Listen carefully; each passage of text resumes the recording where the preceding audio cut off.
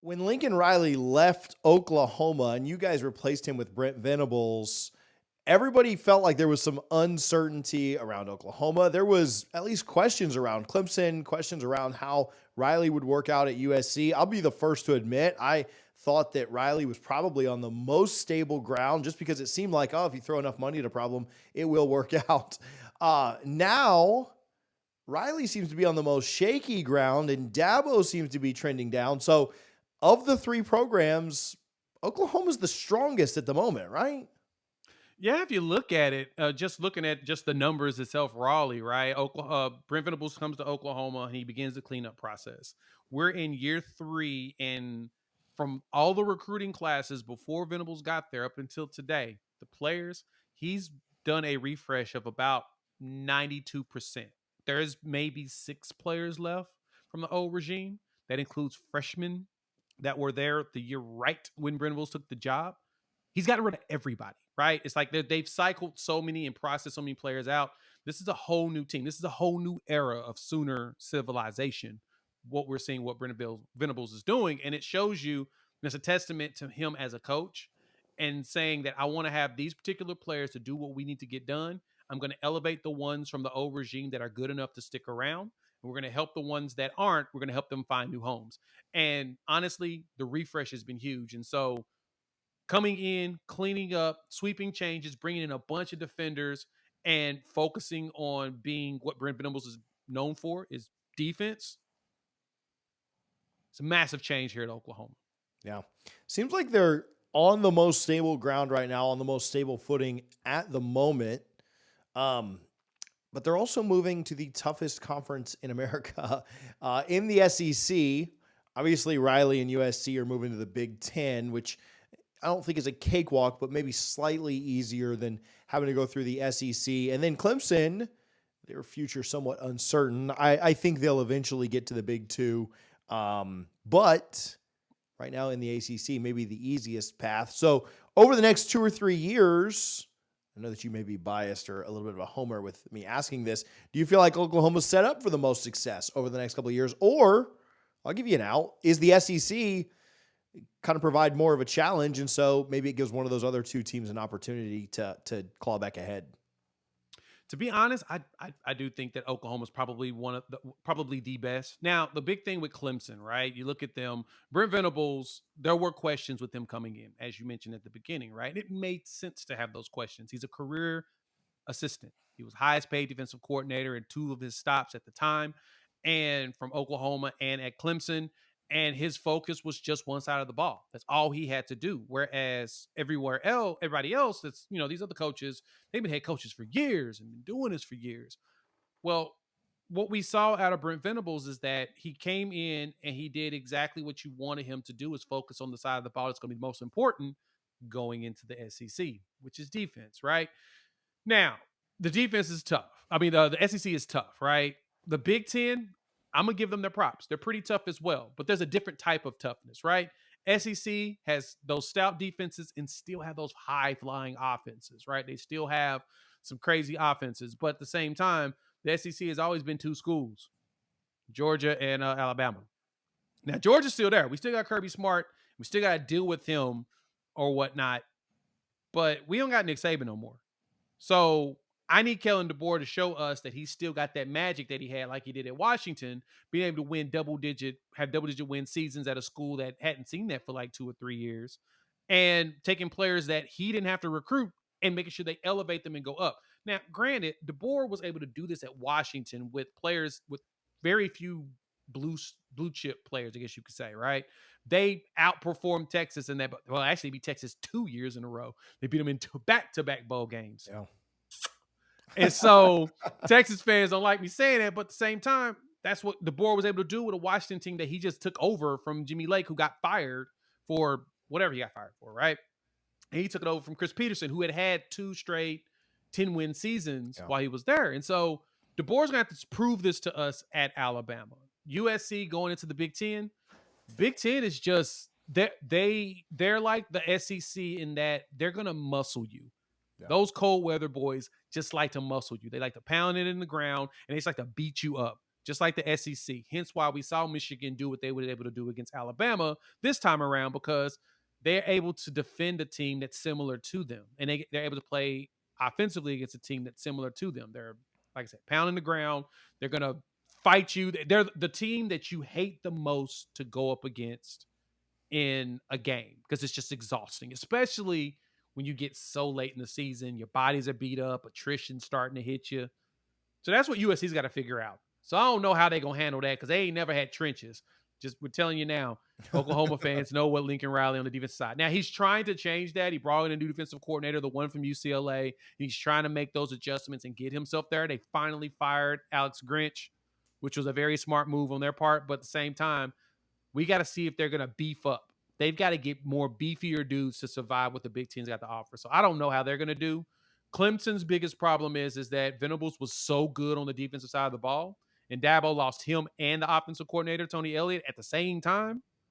It's kind of hard to replicate and replace all of that, right? You're losing two dudes at the same time that really was kind of running things for you as a CEO. That defense just looked awful. It looked like Brent Venables wasn't there, but the talent was still there too. That's the crazy part. Same players, no Venables, and it looked like two different teams. Should tell you everything you need to know about what Brent Venables was able to bring to the table. So, of course, I'm going to be a homer. I think Oklahoma is in a better spot because we're bringing back so much production. We're bringing back a lot of the players that are focused on what Brent Venables wants to do. The only thing we got to do on offense, we were the lowest in the SEC in returning production and offense. We're 16th out of the 16 teams, but that was because Dylan Gabriel transferred and we're redoing our offensive line. The good thing for us is offensive line coach is Bill Beatonbow, and he's put a lot of dudes in the NFL, and he's refreshed a lot of offensive lines. So typically when you would normally be afraid, I don't have no reason to be afraid. This dude has been doing this the last 10 years at Oklahoma. He's refreshed offensive lines like crazy and has sent dudes to the NFL that you wouldn't even thought was NFL talent. So most of the uncertainty we have is going to be Jackson Arnold. We got to see if he can go ahead and live up to the expectations. But the offensive line, I have no worries about. Our wide receiver room is elite, and they're going to look good. Our running game has gotten back to what it needs to be when they're healthy. Nothing for me to worry about. I think Oklahoma's probably going to be in the best spot. Yeah, stylistically, I'd agree. Yeah, I think, and not only, not just stylistically, but all the things you mentioned. But then also you mentioned, Oklahoma, Florida State, Clemson, even it kind of always felt like they could make that transition to the SEC. Like I think Oklahoma's built, got to up trench play week in and week out. I think to compete with like the elite teams, like to be on Alabama and Georgia and some of those levels, right? But like, I mean, if you'd have taken Oklahoma any given year and put them in the SEC, like, I don't know, they'd perform any given year about as well as LSU did, right? You're going to win 9-10 games each year, and you're going to struggle like everybody else in the country did with Alabama. You're going to struggle like everybody else in the country did with Georgia, and you're probably going to win most of the rest of your games. I mean, I honestly feel the same way, when they're performing well about teams like Florida State and Clemson. Mm-hmm. Like, I don't, Ole Miss is not going to consistently beat Clemson or consistently beat this year. They may be really good. I expect Ole Miss to be really good this year, but they're not going to consistently win that game. And so, I agree. Going to the Big Ten for USC is going to be such a style difference, right? Like a team that wants to run and gun, going to that. I mean, and it may work some early games, but how does it work like later in the year when you are worn out and you got to go to Iowa and it's 11 degrees outside? And then for Clemson too, Clemson, their big problem, kind of the same thing. Like they feel like they've taken a step back in the ACC. Now they're still the favorites to win it next year. And even though they lost to Florida State this year and the Seminoles won, they've taken a step back and they're still maybe at the front of the pack, but the pack has caught up, right? Miami beat them last year, who wasn't even a good team. Obviously Duke beat them. Florida State beat them on the road, and they just couldn't put that game away. And so, and then once Clemson gets to the SEC or the Big Ten, if they move, how long is that transition time for them? So, all right, speaking on the SEC, just in general, I won't ask you to dog them, and so I'll ask this together. Texas and Oklahoma going to the SEC, like how do they truly fit in, right? Like how do they fit in from a, hey, it sounds good, But you can't have the letdown game against Oklahoma State. You can't have, because if you have that against Missouri or Ole Miss or Tennessee or even UF in the Swamp, UF can win 4 games, but that's a tough place to play the night game in the Swamp. So I hate to give them as much credit as I have, and I guess it's you now because you're in it. But the whole every week is a battle thing, minus Vandy, actually is true. Like, there are no bye weeks. You can't let down there. So thoughts on just Texas, Oklahoma, big picture in the SEC? Yeah, so big picture wise, I think both can make waves in there, right? Like Josh Pace said this great on his show that everyone thinks that Oklahoma, Texas is going to walk in and they're going to just like get, everybody's going to laugh at them and push them to the back of the bus, right? When in all actuality, Oklahoma and Texas is going to hop on that bus. They're going to look at a couple of teams and say, hey, y'all are in our seat. Get up and move. And guess what? The conference is going to say, yeah, I think you are. You're going to have to move. Now, we don't know where that spot is yet because we still got to see what they look like in there and competing against those teams. I think we had 5 SEC schools that had 10 wins last season. Was LSU, Missouri, Ole Miss, Bama, and Georgia. So you had all these schools that had their 5, 10-win seasons, and you're like, okay, can anybody replicate that? I think Oklahoma, and I honestly think Texas can do it as well. We'll beat them at Red River like we always do, and then they'll go and beat people at other places. For example, this past season, Game 2 of the season, Texas goes to Tuscaloosa, beats Nick Saban and his Alabama squad by double digits. Only the second team to do that in the Saban era, in Tuscaloosa. So they go out there, hostile environment, and they win the game and basically help cement themselves going into the playoffs. Best part about that season is we beat them at our neutral site game like we typically do, right? In the last 10 games, we're 7-3. That's just a tradition as old as the game itself, I guess you could say. We love doing that, baby. That's how we do Texas. But at the same time, Texas is still a formidable opponent. They still go out there and the game that you're going to want to see this year is when they play against Georgia, which if I'm correct, it's 2 weeks after they play. Actually, it's the week after playing Oklahoma. So that to me is probably the most. Is that right? No, it's in Austin. Okay. Right? They're playing them at home after us. But it's funny because that game is also the same weekend as F1 in Austin. Oh, boy. So it's going to be a horrendously bad weekend for everybody trying to get around in that city. It's going to be terrible. But at the same time, they play us, then they play Georgia right afterwards. Like, that's a horrible back-to-back week, right? Man. That's a tough back-to-back. Like, I mean, I know our back-to-back is tough, but we play Texas, and then we got South Carolina coming to the crib. I'm not concerned about South Carolina because their coach is Shane Beamer. I love Shane Beamer because he's a former OU coach. So we're not too concerned about that game because they've been reeling the last 2 years. Yeah. And hopefully, if things continue to go that we kind of anticipate, Shane Beamer ends up back in Oklahoma as an analyst, We can send him to the Brent Venables School of Wayward Coaches. Won't be coach rehabilitation yet, but it'll be wayward coaches for right now. And so, but yeah, they have, looking at Texas' schedule, that Michigan game to me is the one that jumps out the most. Yeah. They're traveling up there to Ann Arbor. Now, granted, Harbaugh's not there, but they still got Sharon Moore, Sooner alum, that will be still running the team like he did when Harbaugh wasn't there. So overall, the big thing for both of us is we've just got to go in there and win, baby. And then just like you said, it's tough. It's going to be a week by week battle because it's a very physical conference. Just like in the Big Ten, right? So we know that's going to happen. We're not going to walk in there and be the Georgia and the Alabamas of the world to be day one. But if these recruiting classes continue to be the way they are, I put all my money on our coaching over everybody else, especially since Sarkisian came from the Saban tree as far as rehabilitated coaches. So, being an analyst and then a offensive coordinator there at Alabama, he has an understanding of the SEC and he knows what he needs to do in order to win games. And so as long as we can continue to beat him and, the Sooners do, and then we continue to ride through the SEC, I think we'll be fine. I think we'll be able to compete and have fun. Yeah. A couple of things you said there that I agree with. And quick point on Shane Beamer. Shane Beamer is the only coach in the SEC. I actually think he's the only coach in college football that is 0-2 against Billy Napier at UF. So, yeah, struggling. He may be back sooner. Well, no pun intended. Sooner rather than later. But But yeah, like where do Oklahoma, like if you ask me as an outsider, right? And I've always liked Oklahoma. We had some classic games, man, Yes.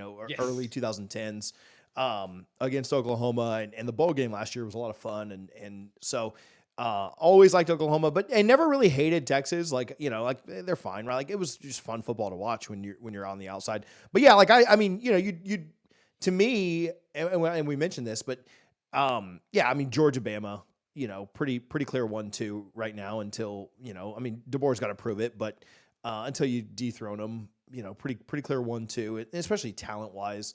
But then they fit right in there with me, like, as like an LSU, an Ole Miss this year, not Ole Miss overall. Florida when they're hot, like Florida when they're good, but like they're not now. They're ahead of Missouri. They're ahead of Tennessee. They're ahead of Kentucky. They're ahead of A&M. They're ahead of South Carolina. Like, for the most of, I mean, so what are you putting them? Anywhere from overall in the conference, like any given week, I'm probably putting Oklahoma, Texas at like 3, 4, 5, somewhere in there. If you want to argue LSU over any of those teams, like I'm fine with it. I don't really care one way or the other. As a program, the last 5, 10 years.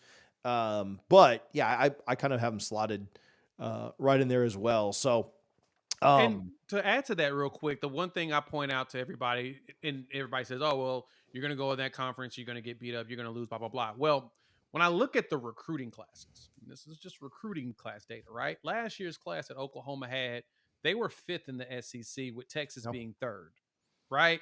And that's having a top 10 recruiting class. We were top 5 in the conference. So we're outdoing all these other schools that are supposedly going to throttle us. If you go back one more year, I'll go to 2023 just for the kicks, when Alabama was out there getting all kinds of every 5-star that lived. Every 5-star you can imagine. Oklahoma was sitting there in that class being a top 5 class overall, and they still, in the SEC, they would have been 4th. They'd have been behind Bama, Georgia, and Texas. Yeah. Right? So when you look at the recruiting classes, there's nothing about the recruiting classes that's telling us that Oklahoma's going to fall behind any of those teams in the SEC. Recruiting classes is still important, hence why Bama and Georgia is always at top. It's because their classes are always up there. I mean, coaching matters too. You got to be able to coach that talent. We've seen that with Texas A&M. They've proven us that you still got to coach those kids. But we've also seen our teams be coached. So that's not something that I'm concerned about. All of these recruiting classes are big. Now, like I said, LSU's the last one I would mention that they fluctuate, right? Every 5 years they win a natty. I unfortunately feel like Brian Kelly will win one. Yeah. Right. Exactly. Because it's going to happen. As long as they can recruit in state, they'll eventually get to where they'll have like 6 dudes that's going to go in the first 2 days of the draft. And it's just going to be absurd. But that's just how much talent is at the fertile grounds of Louisiana. Yeah. But they still going to suck like 2 years after that. But then they'll come back up and then they'll suck again. So it's going to be, so as you mentioned, I say top 5 easily. Both schools will easily be top 5. Yeah, I agree completely. Who wins the SEC first? Oh man, see that's the tough one, right? I'm gonna be realistic here. I think Texas has the better opportunity to. I think because their schedule is a little bit more favorable. Now, the sucky part for them is they play Oklahoma and Georgia back to back, but outside of that, the rest of their schedule in the SEC is a whole bunch of coaches that might lose their jobs besides Mark Stoops. Yeah. Right? Like, what are they supposed to do? I mean, they're sitting here in their schedule. Napier, SEC Beamer. wise. Yeah. New coach Jeff Lebby. You got Lebby. You got Vanderbilt, Clark Lee, who might lose his job potentially. Like I said, Napier at Florida. You got Arkansas with Pittman, who's going to probably get fired, and A&M, who's got a new coach, and only one, Mark Stoops, who ain't going to lose his job because he just does enough with Kentucky. They're happy. Yeah, they're content. But yeah, they've got that in comparison to us. Going to be a bunch of coaches that are working themselves to get back to 10-win season. So hopefully things flip around and all those schools that they're playing against are really good this year and all of ours suck. And we just get our 11 wins and I'm good. Yeah, they definitely have a better chance, I think, to make it. The problem for them, they could go, but that Michigan game, like you talked about at the beginning of the year, is tough, but obviously doesn't hurt them in the conference if they are to lose that. But yeah, if they can find a way, and it seems daunting, but if they can find a way to just split that tough back-to-back with you guys in Georgia, it doesn't matter how. Obviously, I know you'd prefer them to split it with Georgia. But if they can find a way to split that, they're probably in the SEC championship, especially if it is, honestly, if it is Georgia that they beat. They probably are in because they'll have a head-to-head with them. and Georgia would need 2. So anyway, yeah, without the Yeah, divisions fair would be point. fun. Jay, where can people find your work? Where can they follow you? Yeah, find me here on YouTube at Unfair Sports, as well as on the Xbird is what I call it, Twitter, Xbird, whatever. Unfair Sports, and wherever podcasts are downloaded and listened to. Thanks for having me. Awesome, man. I appreciate it.